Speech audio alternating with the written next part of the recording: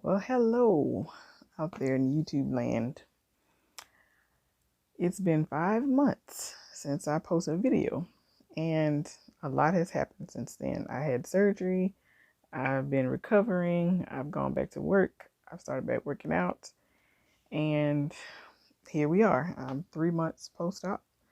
Um, Surgery went well. My outcome results were better than I was anticipating, and even though it was a shock to see my body changed in that way, and how your body heals is always not how you expect it to look when it's healed, but I'll talk about that more in a second. So you may have read my blog where I recapped the whole surgery process. If not, go check that out at prettypluspetite.com.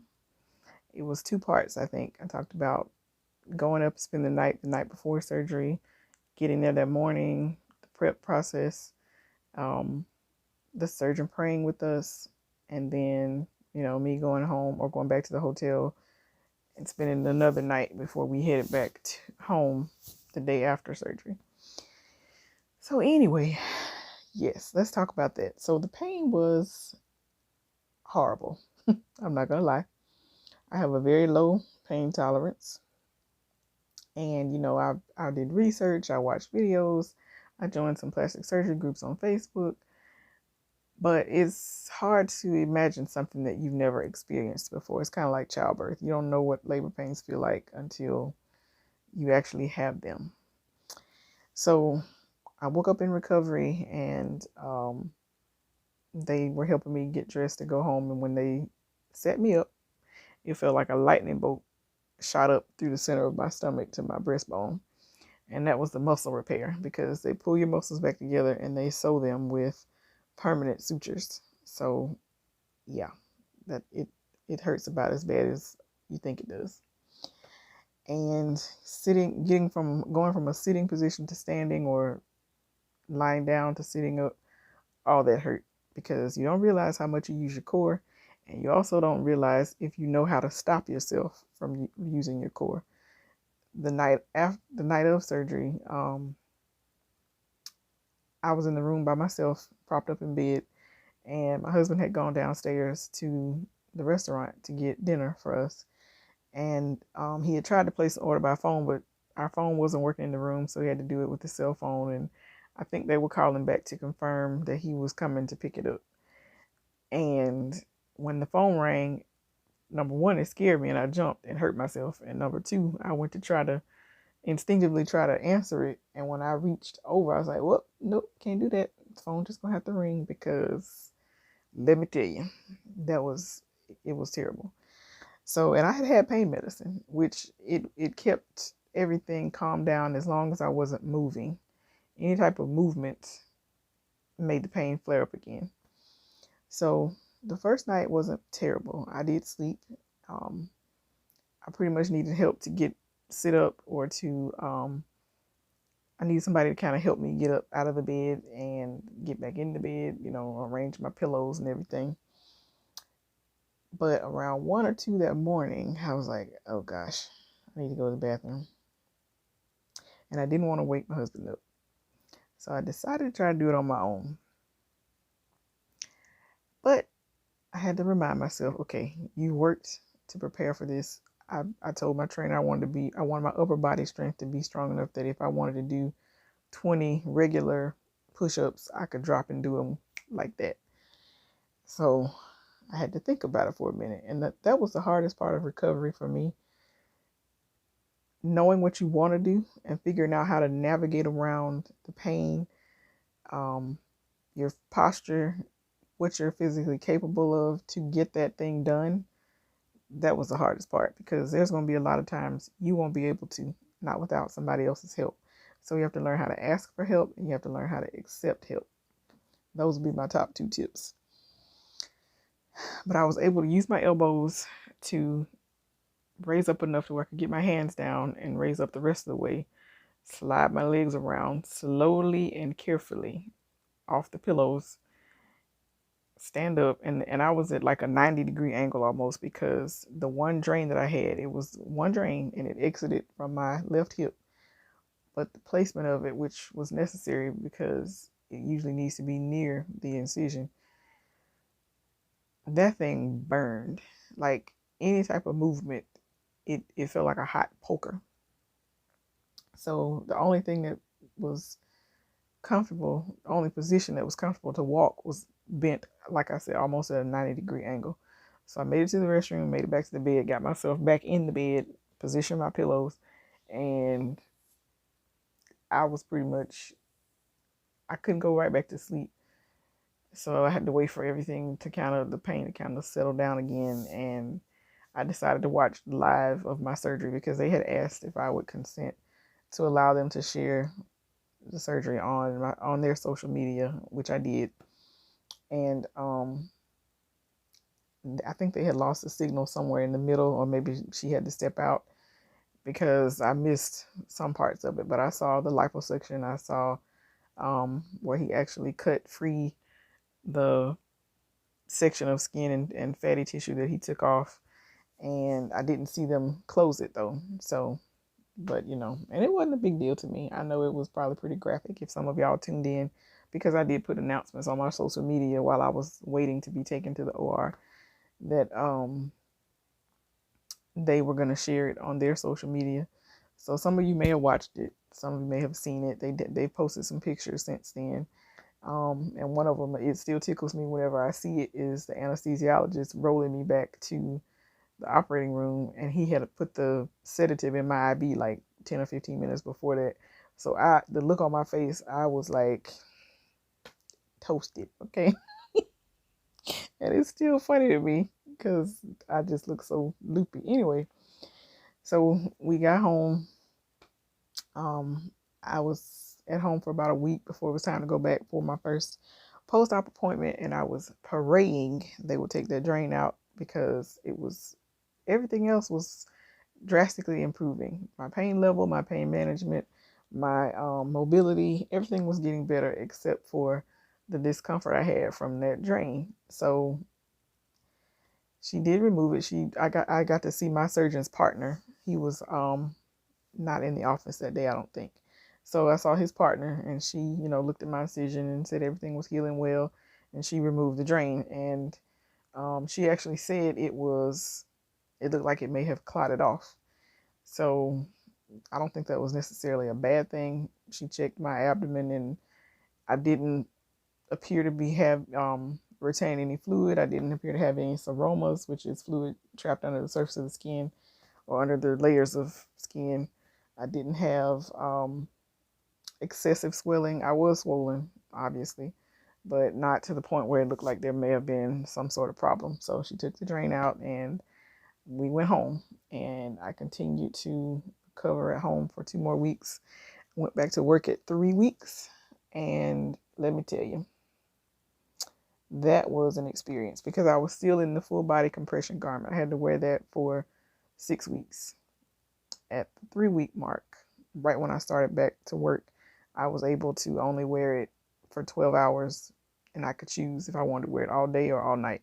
And I chose day since I was at work and, not moving as much as I needed to be and sitting most of the day. I wore it to work, and then I would, come home, take it off, and sleep without it for an additional 3 weeks. So 6 weeks total, I was in that compression garment, and I was ready to take it off when the 6 weeks was over because it had an opening for you to use the restroom.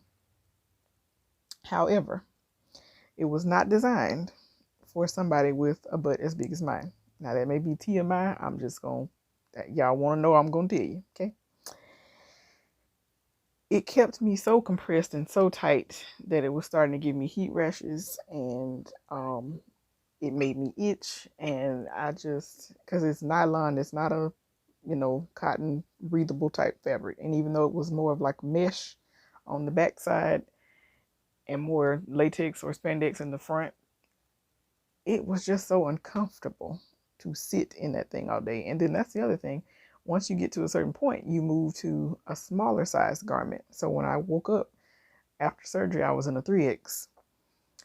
Then they had given me a 2X at my 1 week appointment. And I asked, when do I start wearing this? And she was like, oh, you can start whenever you want. Well, I had tried to get that thing on in about 3 weeks, and it wasn't terrible. But trying to work with that thing on, the smaller size one day, well, more than one day, I was like, okay, that's enough. And I just went to the bathroom and took it off.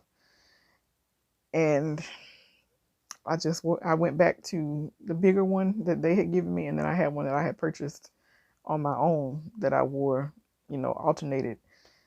But both of them cause the same issue. So I know a lot of surgeons, and especially if you're in some of these groups on Facebook, they'll tell you that you need to be in compression for 6 months. I don't know how they do it. And I know that some of these women order custom garments and, send their measurements and have somebody make one specific to their body. I can't spend that kind of money for something that's going to torture me, basically.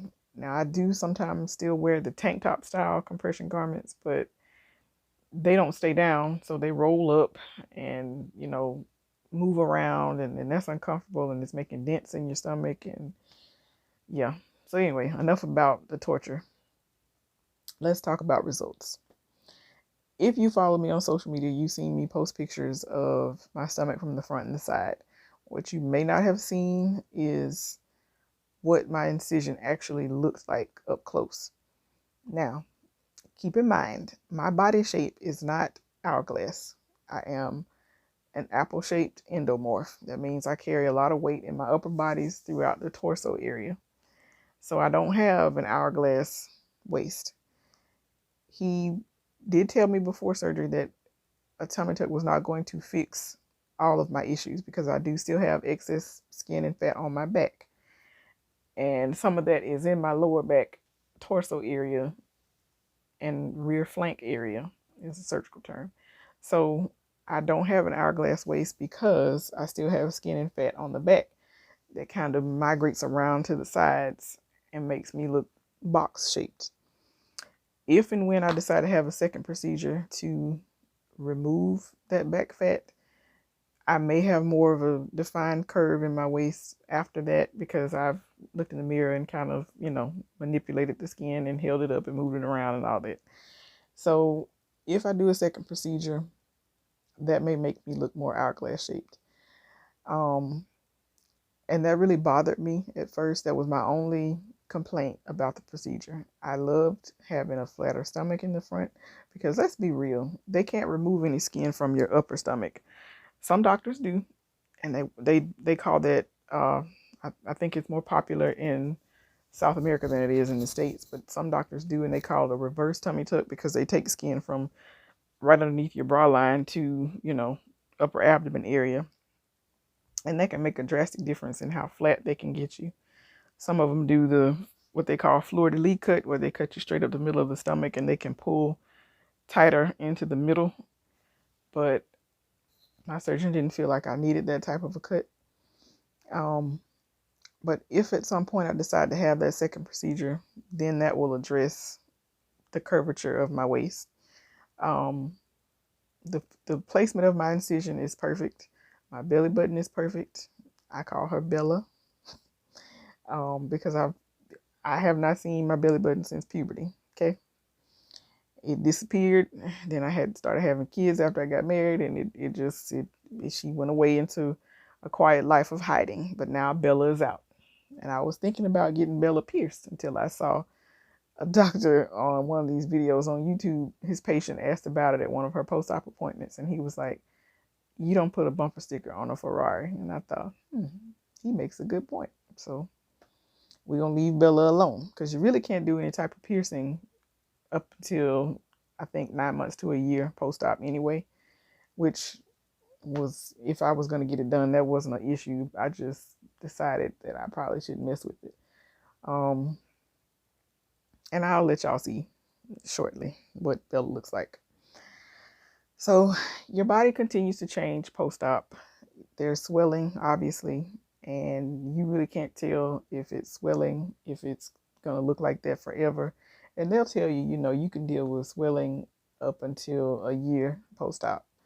What you eat can help or worsen swelling, especially sodium, that will cause you to swell and be bloated. So I tried to keep it real clean during recovery. A lot of protein shakes, fruit, vegetables, lean protein. I tried to limit my sodium intake, fried foods, and processed foods. I did my best, but when you're not able to really cook and meal prep, um, sometimes you have to eat what's convenient. So, but I did the best I could to prepare before surgery. So we had things in the house that were easy for me to make, or for somebody to put in the air fryer for me, or the oven, or whatever. Um, let's see. So going back to work wasn't terrible. I made it work. Around 3 o'clock every day, that first month or so, my body would just be like, okay, we've had enough of sitting in this same spot, and I could not find a comfortable position in my chair. So I would try to stand and do my work if I was filing or arranging paperwork or whatever, instead of sitting. I would try to make sure I got up at least every 45 minutes to an hour and walk around the office, go to the copier, go to the restroom, go put stuff in the shred bin, just to keep my circulation going. And I had my 6-week follow-up, and I want to say the end of January. Yeah, like the end of last week in January. And I saw the nurse practitioner, and she said everything was looking fine, but I could start scar therapy. I could start to massage the scar to try to break up scar tissue, because I do have some places in the scar line that feel hard and kind of lumpy, for lack of a better word. And then other places it feels perfectly smooth, and you can feel the soft tissue underneath, and it's fine. I didn't really get any keloiding. And I think he closed my incisions with skin glue. That's what it looks like to me. I didn't see any signs of sutures, or even the dissolvable kind. I didn't see any stitching.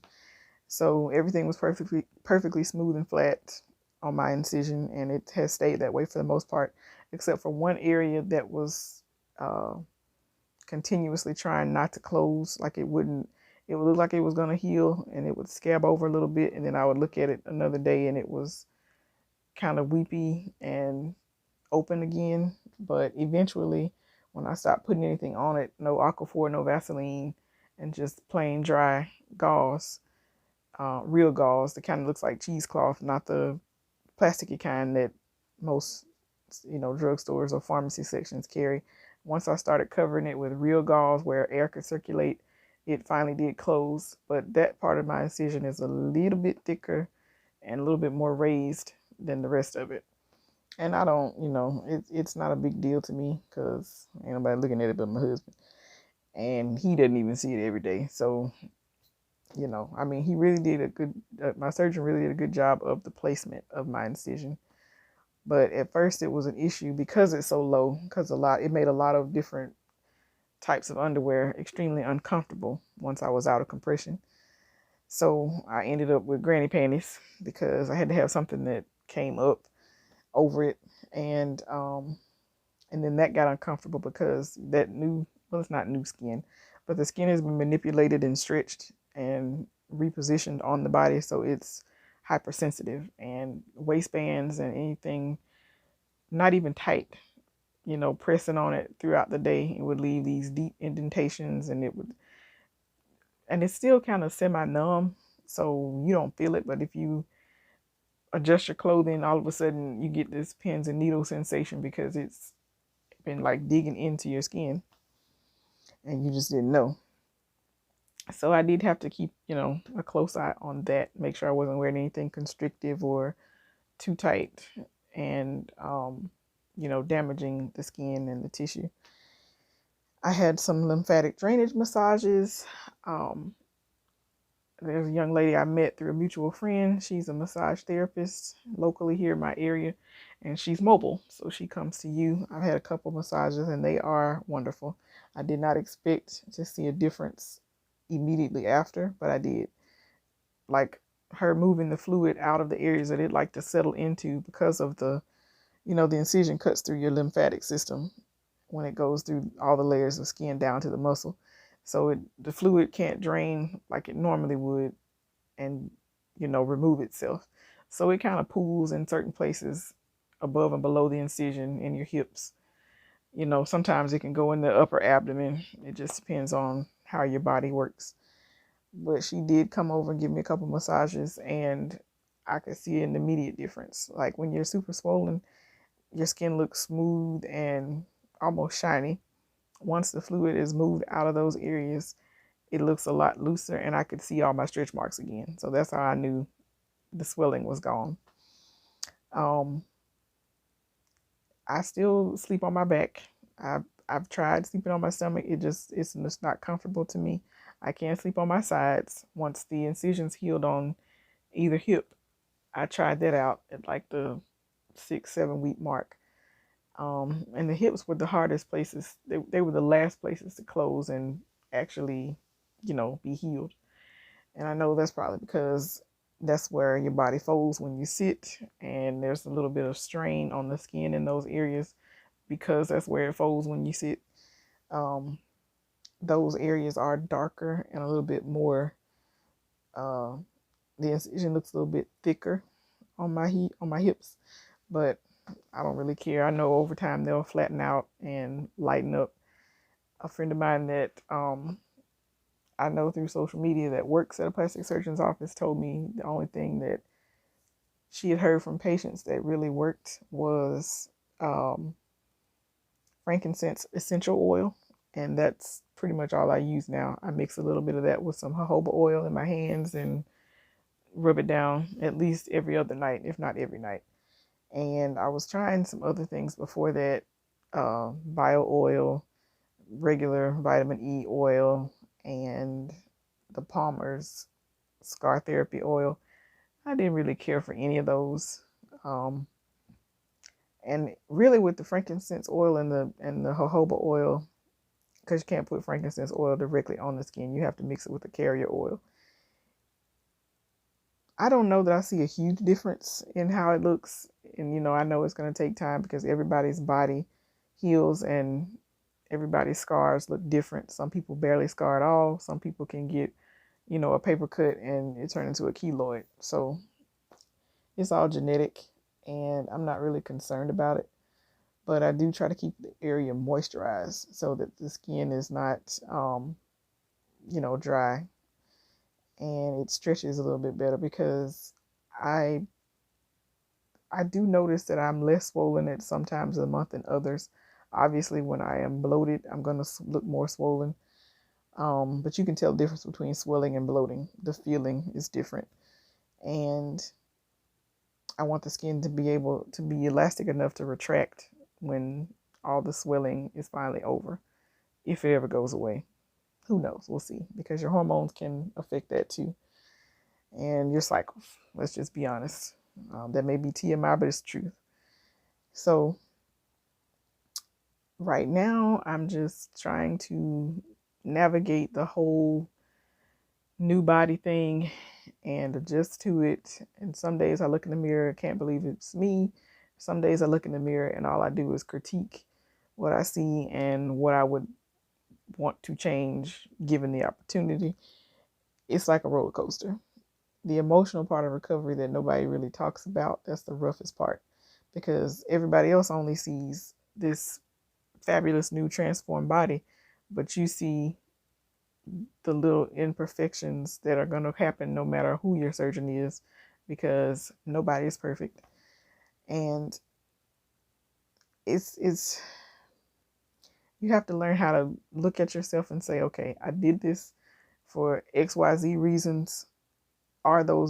Did those reasons make sense now that I've done this? And the answer is yes. I wanted to look better in my clothes. I wanted my clothes to fit properly.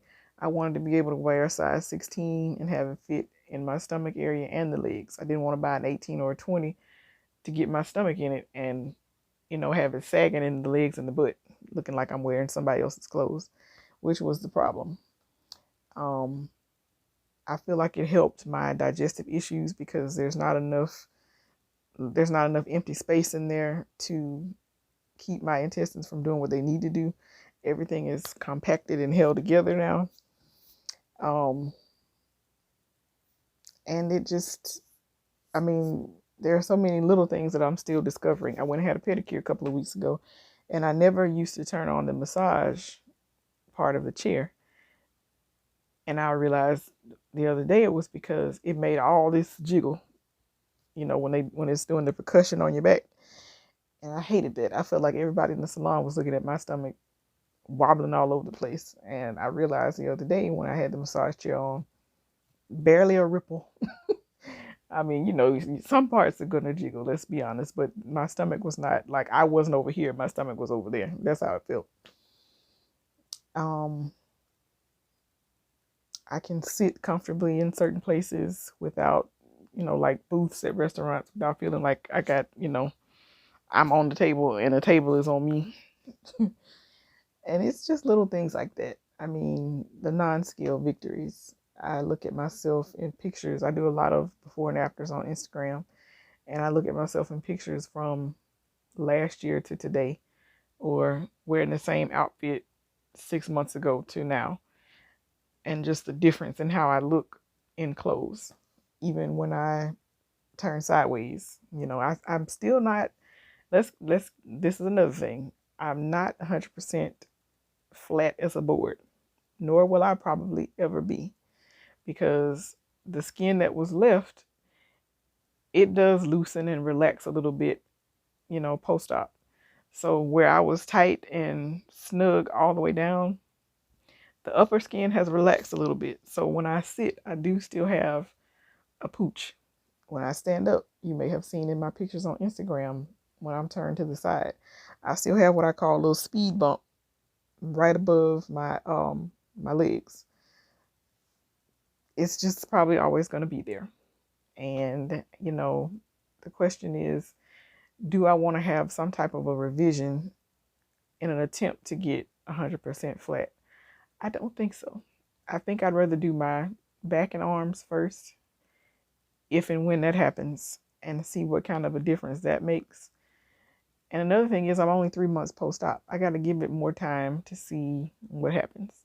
Now, I do see a few things that I know time is not going to fix. I have more skin left on the left side of my stomach than I do on the right.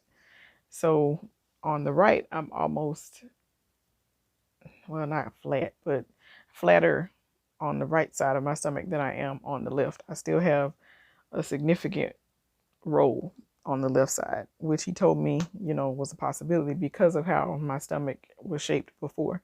I had almost like the spare tire thing where it wrapped completely around my body. So obviously you can't just do a procedure on the front and expect the back to match the front at the same time if you don't do anything to the back, if that makes sense. I didn't really fully understand what that meant when he explained it to me, but after surgery, when I saw what I looked like once I took my compression garment off for that first shower and, got a look in the mirror, I was like, oh God, what did I do? But I was still swollen. The tissue had been under an enormous amount of trauma, because liposuction is not a gentle process. And he did lipo as far around as he could without having to turn me on the table. So he did take out a considerable amount of bulk on my sides. But again, there's no way to make that perfect, because just saying. So I wasn't terribly upset about it. Once I had a long talk with myself and took a good look at what I looked like before and what I looked like after. I mean, basically, as far as I'm concerned, it was a miracle, because there was no amount of exercise, dietary changes that was going to do anything to correct the issues that had happened from me being obese for 20 plus years. I mean, and by all medical accounts, I am still obese. I still have, as they love to quote from the BMI charts, I still have the BMI of somebody that is morbidly obese. But I know the truth. I know I work out. I know I eat healthy as much as possible. I know that I'm doing the best I can in this body, that I can make, do it sustainably and in a balanced way. So I think I've covered everything I wanted to talk about. And if you have any questions, feel free to leave them down below and I will answer them, or maybe film another video to answer them. I don't mind answering questions because sometimes people are fearful of what they don't understand, or think that they can't do something because, like a lot of surgeons probably have limits as far as what they'll work with, and they use the BMI chart to make that determination. And there were some surgeons that I would have loved to have gone to, but their BMI limit is like 32. I will never be 32 on the BMI charts unless I am seriously ill. I mean, like I have to be almost 60, 70 pounds lighter. And I just don't see that happening.